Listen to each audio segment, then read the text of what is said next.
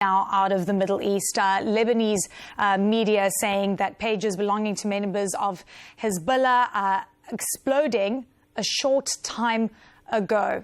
Now we're talking about a very bizarre situation with these pages exploding. This is what we know right now. Hundreds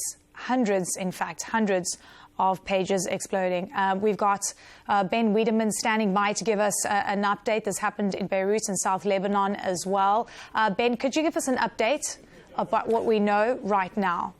Yeah, Eleni, what we understand is that this happened in many parts of Lebanon, many of those parts of Lebanon where Hezbollah operates, where individuals carrying pagers, those pagers have exploded. Now, whether it was simultaneously or roughly at about the same time, it's not clear, but it does appear that someone, presumably the Israelis, has infiltrated Hezbollah's communication system, whereby they've been able to cause these pagers to explode, causing hundreds apparently of injuries. We understand that Lebanese hospitals have put out a call for people to donate all types of blood, for medical personnel to return immediately to their places of work, because this seems to be a medical emergency across many parts of Lebanon.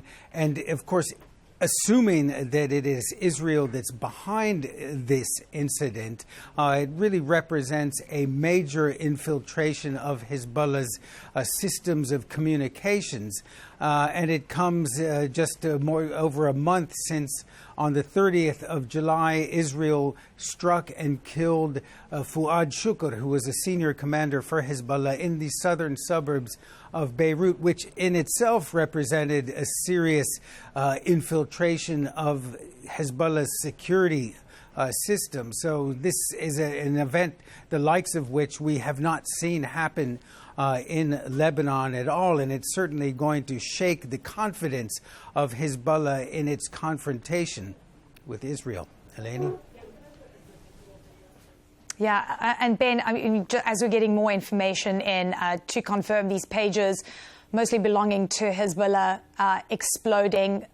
Initially, we were looking at the number of people that were injured. Could you confirm for us what we know right now? You're saying hundreds of people were injured. That is what we have. Well, we're seeing dozens of people injured, but given that this is a breaking story and has just come out within the last hour or so, the numbers are general at best, but it certainly seems to be, I mean, what we're seeing is that these explosions are being reported in multiple locations, including Tyre, Nabatea, the southern suburbs of Beirut, and these are all areas where Hezbollah operates.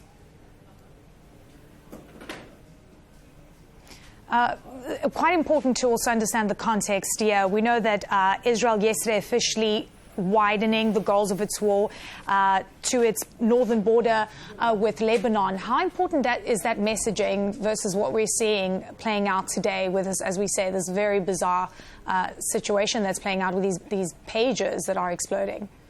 Well, what we've heard in recent weeks is Israeli officials, senior Israeli officials, talking about winding down the war in Gaza and refocusing on Lebanon. Of course, Lebanon, since the 8th of October, Hezbollah has been launching rockets into Israel. Israel has been striking back daily. Since then, there has been an escalation going back to late July, when, of course, there was that strike on Majd al-Shams, which is in the Israeli-occupied Syrian Golan Heights, which left 12 children dead, 12 Syrian children dead. And that has really set the stage for this period of escalation that tensions have remained very high since then. And of course, the Israelis have been concerned that Hezbollah could launch the kind of attack that Hamas did on the 7th of October last year. And therefore, you have seen, for instance, more than 62,000 Israelis have been forced to leave their homes in northern Israel. More than 100,000 Lebanese civilians have left their homes in southern Lebanon because of the exchange of fire every day. And the pressure is mounting on the Israeli government to somehow restore peace and quiet to the border area. And as that pressure mounts, what we're seeing is that the Israelis are putting more pressure on Hezbollah. And this incident, this very strange series of incidents of exploding pagers, seems to fit within the context of those escalating tensions.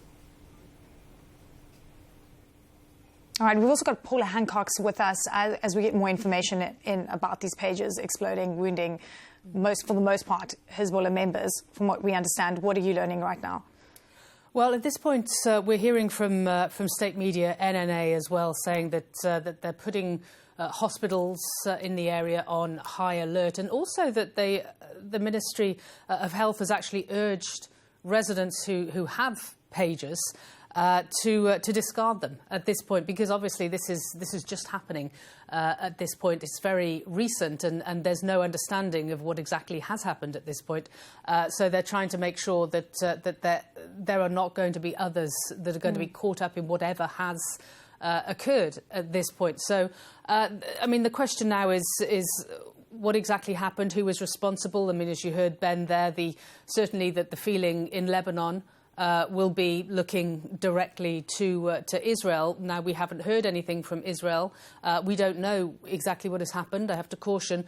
But, of course, it does come at a time when tensions are extremely high between Israel and Lebanon, when we've just heard from the Security Cabinet just yesterday saying that they have added another objective when it comes to their war against Hamas. And that objective is to make sure that they can allow tens of thousands of residents to return to northern Israel, meaning they want to try and end the threat from Hezbollah when it comes to that northern border. So it's certainly been more of a focus in the last 24 hours. It has indeed. I mean, there's a lot of questions. We just don't know how these pages exploded. We don't know who's behind this. We don't know exactly what played out. All we know right now is that people are injured, mostly Hezbollah members. I've got CNN US National Security Analyst Juliet KM with us now as well to weigh in on this story. I mean, the question is how these pages exploded. Could you give me a sense, just hearing, you know, the top lines of this breaking news coming through? What are your initial reaction? Okay, so the range of possibilities of how this could be done is limited. Yeah. It is hard to imagine that a remote detonation of a mere pager would cause this kind of damage. We're still learning, but it does seem like injuries are significant, at least from the reporting so far.